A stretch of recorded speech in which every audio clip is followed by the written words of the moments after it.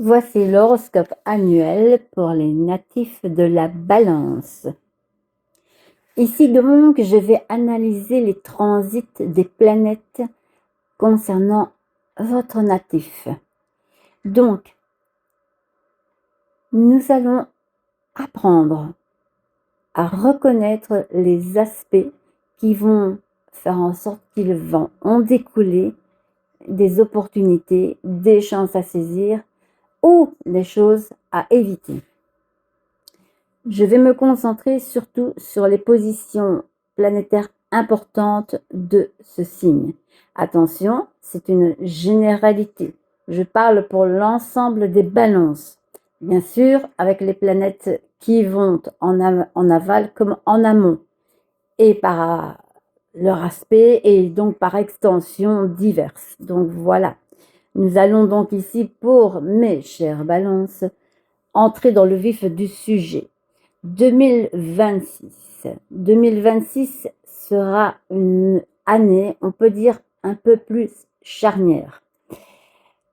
Par extension, étant donné que on prend le soleil en balance, face à la balance, le descendant, la maison 7, est en bélier.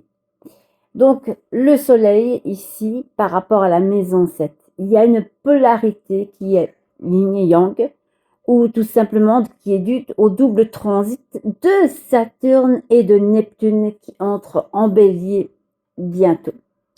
Tant que maintenant, nous avons toujours cette rétrogradation de Neptune et de Saturne qui se trouve actuellement dans le signe du Poisson. Donc là, actuellement, ce qui va se passer, c'est qu'au niveau du relationnel, par extension de la maison 7, donc, et de la collaboration, des alliances, des contrats, comme il y a une certaine opposition en 2026, surtout en 2025, là, c'était Saturne, Neptune rétrograde en Poisson, côté santé, on trouvait des problématiques. Donc, il y avait ici un effet plombant et un effet où on se sentait stagné.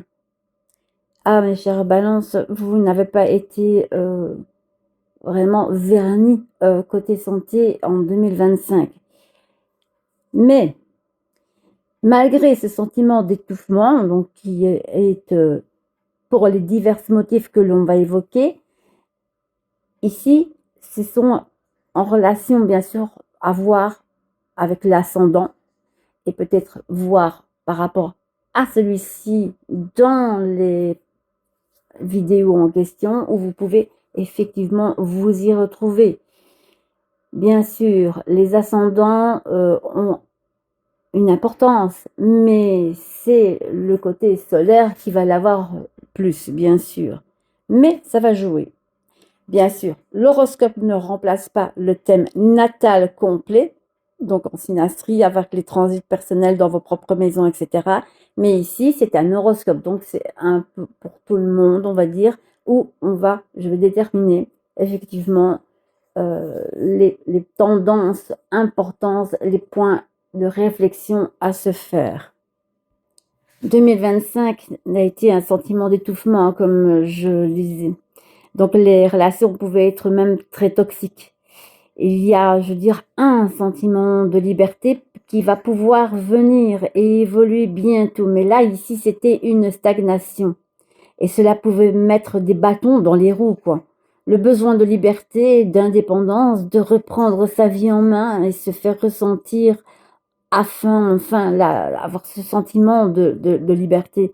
Eh bien, ça va commencer à partir du 13 février 2026. Donc, pendant un an, vous allez pouvoir vous réaliser concrètement. Donc, ce soit par les partenariats, le relationnel, le côté affectif. Il y a de la concrétisation, cela grâce à Saturne. Et donc, les désirs et les sentiments qui viennent par Neptune en 2026 et Saturne, parce qu'ici, on a une conjonction. Et cela fait le tour du zodiaque, je veux dire, pour un signe, tous les 29 ans pour Saturne. Saturne reste plus ou moins 2 ans et demi dans un signe. Et ici, il vient en bélier. Et Neptune qui met une révolution de plus de 168 ans, donc elle restera 14 ans en bélier pour les balances. Cela apportera donc des besoins à se réaliser, de se donner les moyens qui par Neptune, qui est le côté artistique, l'intuition, l'inspiration, ces derniers restent plus ou moins 14 ans. Donc pendant 14 ans, vous allez pouvoir concrétiser des aspirations de façon concrète avec l'action qui va avec. Mais par Saturne, évidemment, il faut saisir les opportunités. Donc, ça ne va pas venir et tomber du ciel tout cuit. Hein. Donc, il va falloir garder une certaine rigorosité, une méthode et on va dire qu'il va falloir lâcher certaines relations qui sont toxiques et qui peuvent en fait tout simplement freiner votre créativité, l'idéal, les rêves. Donc il y a le côté spirituel aussi, malgré que Saturne, qui ici va demander des efforts pour pouvoir ancrer le côté spirituel. Donc là, il va falloir se donner les moyens. Et pour cela, il faut sortir d'une routine, on va dire, relationnelle, avec des personnes qui auront une tendance à faire en sorte que vous stagnez, que vous n'avancez pas. Tout simplement, ici, pourquoi Saturne, qui régit le quatrième dans la maison 4 par rapport à votre thème, je veux dire, de la balance. Donc, on prend la balance, ensuite vient le scorpion, le sagittaire et le capricorne. Le capricorne étant la quatrième maison de votre horoscope. Et c'est en relation, évidemment, qu'est-ce qui freine? C'est la famille, puisque Saturne régit le capricorne. Et donc, cela fait qu'il faut, en fait, vous pensez toujours d'abord aux autres, à la famille, à tout ce qui est aussi maison. Et donc, les changements vont pouvoir commencer à intervenir, parce qu'ils viennent déjà maintenant par Pluton qui est entré dans le signe du Verseau.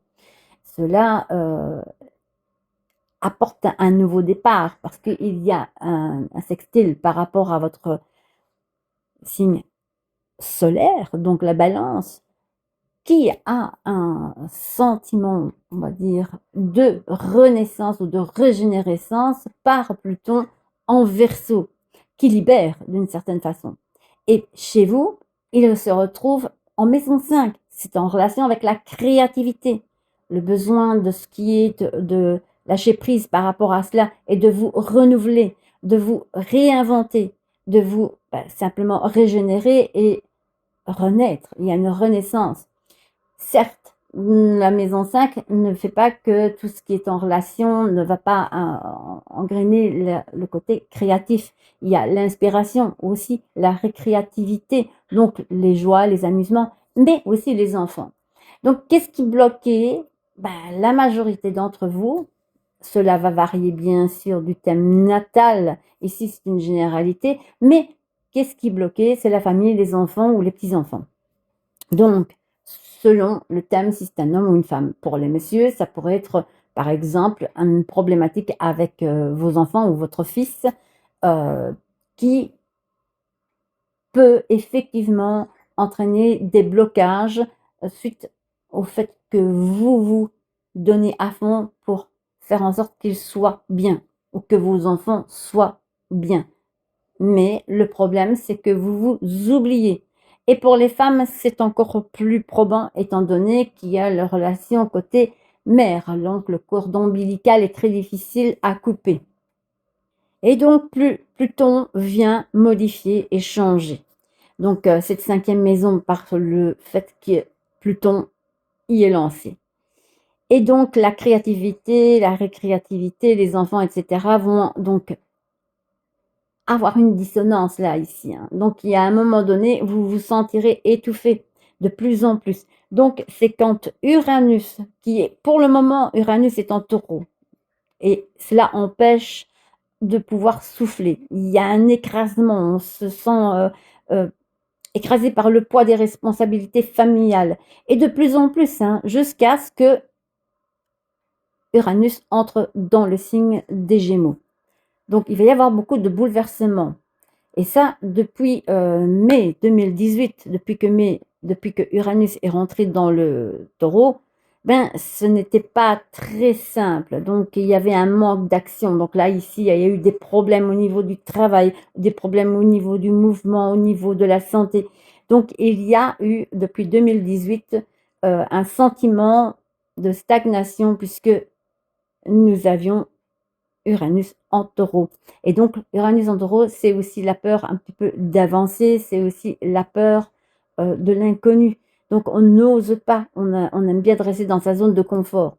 Là, ici, selon les signes, évidemment, pour et les natifs de la balance, il y a ce besoin de changement, mais tout en gardant une certaine zone de confort, certains acquis. Donc là, il y a un sentiment de blocage, un sentiment de faire un marché sur place, quoi. Mais à partir du 26 avril 2026, ben là, Uranus entre en Gémeaux. Et pour mes balances, hommes et femmes, vous allez enfin respirer. Vous allez être libérés des chaînes qui vous entravaient jusqu'à maintenant. Mais il va falloir vous en donner aussi les moyens. Il ne faudra pas faire de procrastination. Il faut se donner les moyens en s'investissant pour sa réalisation, pour votre propre réalisation. Et alors des opportunités seront là à saisir, ils vont en découler. Et comme Saturne et Neptune rentreront en bélier, donc par extension, Saturne qui régit ici la 4e maison par rapport à votre balance, bien sûr le soleil en balance. Donc cela signifie une libération familiale, des changements, des déménagements, soit pour vous ou pour aider d'autres personnes à déménager en relation avec la famille, bien sûr. Et donc aussi les enfants, donc en relation aussi avec les modifications de la vision, de sa vision, de votre vision plutôt, et des opportunités dans le travail, la vie quotidienne. Donc vous allez pouvoir plutôt vous euh, déléguer et peut-être délester de certains poids. Alors la santé qui était très difficile en 2025, et le moral n'était pas trop top, il y avait un sentiment de yo-yo, surtout quand Neptune était rétrograde en Poisson, et qui empêchait donc l'inspiration, l'introspection, l'évolution spirituelle. Mais à partir du 26 avril, Saturne, qui rentre en Bélier, va débloquer cette voie. Et l'inspiration sera de plus en plus importante. Comme Neptune entre dans le Bélier le 26 janvier, c'est là que les choses vont commencer. À partir du 26 janvier, même si, on va dire, oui, si Saturne entre en bélier le 26 avril, mais Neptune rentre le 26 janvier dans le bélier. Donc, avant, c'est Neptune qui entre dans le bélier. Et le 26 janvier, donc là, il va y avoir le sentiment que la créativité revient. Le sentiment de l'inspiration, le sentiment de l'intuition va être de plus en plus poussé. Puisque Neptune entre dans un signe de feu, il va ne plus être passif, mais il va être actif. Et donc, cela va activer par rapport, bien sûr, à votre thème, mais selon dans le thème natal où le bélier se trouve dans quelle maison et quel aspect il peut y avoir. Mais ici, pour la généralité de l'horoscope pour chaque signe de la balance homme et femme, il y a ce sentiment où vous allez retrouver l'inspiration et l'intuition et ce côté libérateur sur un plan plus spirituel. Cela amène à des réalisations personnelles, à des mariages éventuellement, des partenariats, des alliances. En tout cas, tout ce qui est collaboratif est mis sous un signe positif. Donc, le transit de Pluton en maison 5, qui lui, Pluton se trouve dans le Verseau et qui est en train de bouleverser les choses et les changements. Et ça ne s'est plus passé depuis la Révolution française. Donc, il va y avoir des modifications mondiales. Et ça va se répercuter aussi sur chaque signe, de façon différente certes, mais pour mes natifs de la balance, ben, les inspirations, la créativité, la joie sera présente. Alors, ici, les enfants ont une importance, mais on en donnera un peu moins, où il va y avoir une régénérescence à partir du... Donc, ça depuis le 20 novembre 2024, il était bien présent. 2024 a été relativement lourd puisqu'il avait une dissonance. Et donc, les responsabilités familiales étaient plus pesantes. C'est comme si on prend sa propre croix qui, au lieu d'être en bois, est en acier. Donc, c'était très lourd. Mais maintenant, avec l'aspect d'Uranus qui change et qui va dans le signe du Gémeaux, il va y avoir beaucoup de bouleversements, de changements, d'inattendus.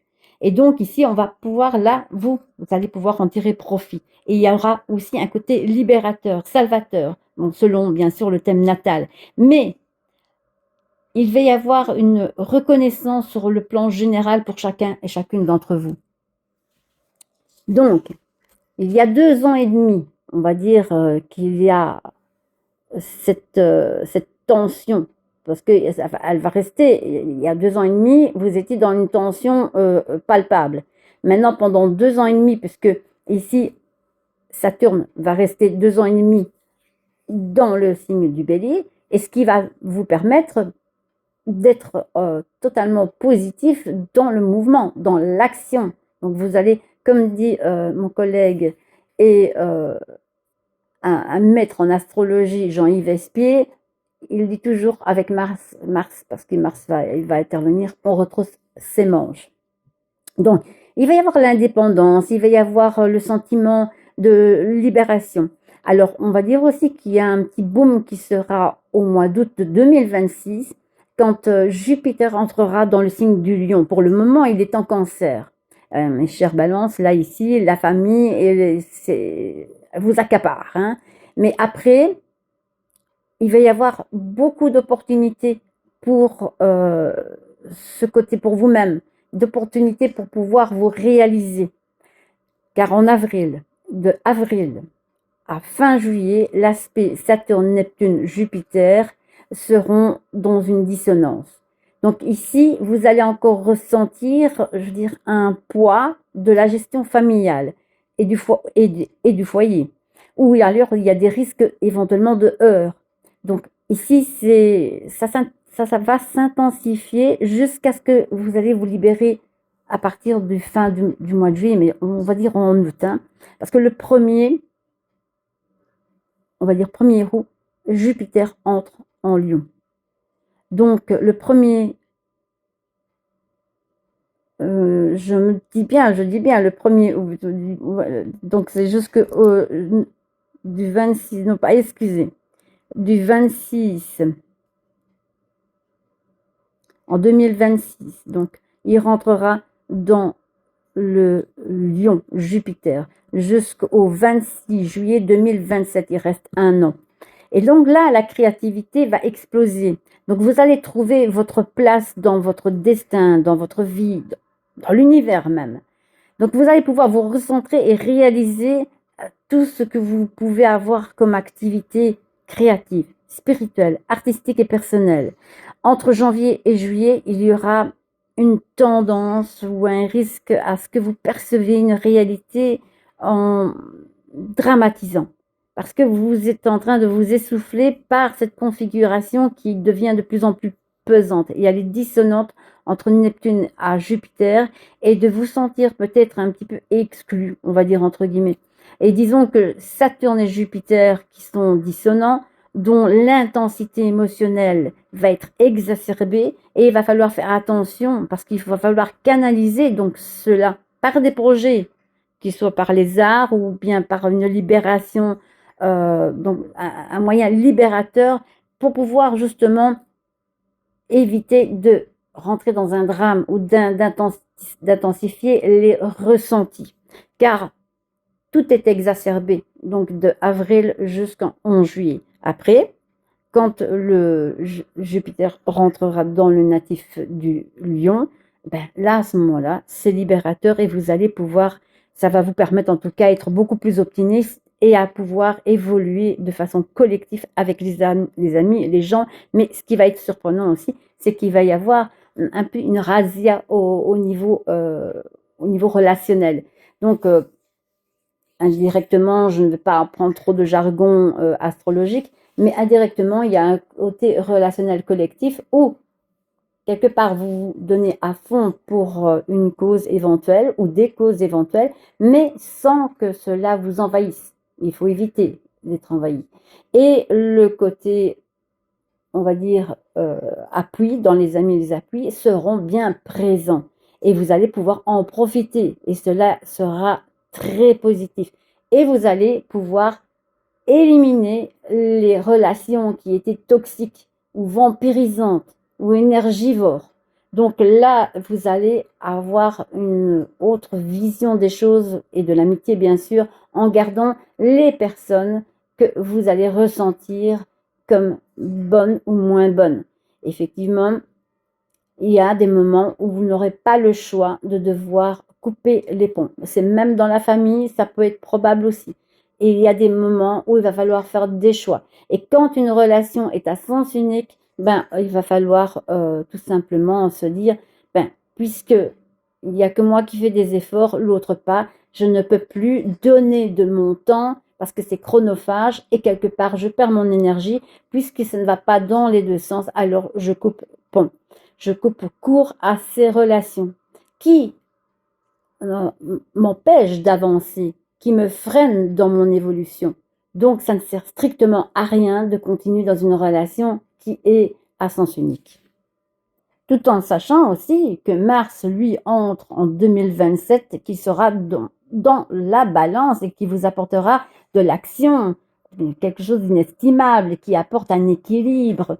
Donc là, ici, tant que maintenant, on va en janvier, Mars sera en Capricorne jusqu'au 23 du 23 janvier, de maintenant jusqu'au 23 janvier, où il freine les élans. Donc il empêche, on va dire, de se réaliser pleinement. Mais le 24 janvier 2026, Mars entre dans le signe du Verseau. Et là, il va donner un côté plus d'indépendance. Je fais un petit clin d'œil à ma jus, Isaac, qui se reconnaîtra parce qu'elle a son Mars en Verseau natal. Hein. Et donc là, ici, quand en fonction du natal, évidemment, et en fonction de où ce que Mars se trouve dans le thème natal, cela va avoir un impact plus intense ou moins intense, et en fonction de la maison dans laquelle il se trouve, voire dans quel domaine. Donc, ici, il va donner donc plus d'indépendance et de décision. Et donc c'est jusqu'au 2 mars, puis ensuite il va passer dans Mars passe en Poisson du 3 mars au 9 avril. Alors ici, c'est côté santé, qui va être au centre des préoccupations. Donc ainsi que tous les besoins de la vie quotidienne, etc. Ça va être un petit peu plombant parce que c'est tout ce qui est relatif à la santé et au niveau de la maison. Donc ça pourrait être l'intendance, etc. Et comme nous entrons justement dans la période printanière, ben, je pense que très certainement pour mes chères balances qui aiment avoir un équilibre et qui aiment avoir un petit cocoon, une petite maison cocoon, donc tout ce qui pourrait être de relation à modifier la maison ou les changements, apporter un plus, ben, pourrait être présent à partir de cette période-là. D'où il y a un sentiment, on va dire, de routine.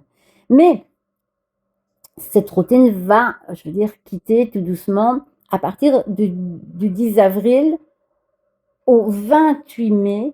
La Mars entre en bélier et là, ça va vous apporter le tonus, la vitalité. En plus que Saturne sera le 13 février en bélier, donc vous allez vous ancrer. Puis Mars en taureau, lui, du 19 mai au 29 juin et Uranus en gémeaux sera là depuis le 29 avril. Donc ça fait monter tous les champs des possibles. Et une bonne assise se dessine pour passer ensuite en août, donc en cancer, du 12 août, donc jusqu'au 12 août. Donc là, c'est la famille, le foyer qui sera de nouveau au centre des préoccupations. Et là où à nouveau, il va falloir, je veux dire, faire attention pour ne pas être submergé par les sentiments, l'empathie, donc pour aider les autres, évidemment, à votre détriment. Mais attention, Mars passe donc en Lion le 29 septembre. Mars, là où il y a une envolée et il y a à saisir des opportunités pour vous réaliser concrètement. Et donc le 26 novembre, Mars entre en Vierge. Là, c'est-à-dire ce qui c'est en maison 12 à ce moment-là, par votre soleil en balance, hein. Donc la Vierge et le sixième signe, ça parle de la santé. Donc il va falloir faire attention aux intestins, éventuellement voir un spécialiste. Et il va falloir pallier à certains soucis, que ce soit intestin, digestion, les reins, le dos. Il y aura donc un effet rétrograde de Mars en janvier et il restera en Vierge jusqu'au 22 février 2027 pour entrer en Lion le 23 février 2027. Donc là, vous serez tranquille jusque le 14 mai 2027, mais il y a un retour en Vierge. Donc le 15 mai 2027, de nouveau, il va falloir faire attention, être prudent côté au niveau digestif, intestin. Et puis, il y a un équilibre qui viendra le 15 juillet 2027. Et là, vous allez pouvoir être en fait tranquille. Mais il va falloir être très, très prudent et prudente au niveau de la santé. De par toutes ces configurations planétaires, c'est vrai que ça a l'air d'être très technique, mais je le dis pour les personnes effectivement qui connaissent aussi un peu l'astrologie et pour mes élèves en astrologie, afin qu'ils puissent comprendre les interactions des planètes dans les maisons ou les planètes ensemble et les transits par rapport au thème natal aussi. Donc, c'est important de comprendre aussi pourquoi nous entrons dans une période qui est un peu plus disciplinaire à cause de Saturne ou plus restrictif à cause de Saturne. Ou alors, si c'est beaucoup plus intense, plus actif par Mars, ou alors s'il y a des changements, des bouleversements par Uranus, s'il y a l'amour et puis les sentiments, le côté affectif par Vénus, si nous avons à un moment donné beaucoup de dialogues, de discussions par Mercure. Donc tout cela joue. Jupiter apporte de la chance, il est aussi très expansif, il est généreux. Et nous avons aussi le côté créatif et le côté aussi peut-être illusoire de Neptune. Puis nous avons le côté régénération, pardon, de Pluton. Et disons que Pluton, c'est un petit peu comme Hadès, donc c'est le dieu de la mort, mais la mort, c'est une renaissance, c'est passer d'un état à un autre état. Donc ce n'est pas la fin de quelque chose, c'est la fin d'un cycle pour le début d'un autre. Et donc là, ici, comme il se trouve dans le signe du Verseau, il est tout au début, il y aura beaucoup de changements, mais c'est très positif pour tous les signes de la Balance. Maintenant, il faut voir bien sûr cas par cas, et ça c'est le thème natal qui le dira. Donc, mes chères balances, que vous soyez homme, que vous soyez femme, attendez-vous à ce que je viens d'expliquer et essayez de, on va dire, tempérer vos élans à certains moments donnés de l'année, surtout entre avril et juillet, où il ne faudra pas prendre tout au pied de la lettre et ne pas prendre pour vous. Donc, essayez de relativiser. Ensuite, donc, en août, bien sûr, là, vous allez être totalement libéré des emprises anciennes de Saturne et Neptune qui étaient, on va dire, dans un blocage. Mais maintenant, vous allez pouvoir vous réaliser. Donc, voici l'horoscope pour mes natifs et natives de la Balance. Et tout dépendra aussi de votre ascendant. Allez voir donc la vidéo de votre ascendant, donc, et voyez si cela vous parle. Voilà, je vous fais un bisou magique et astral.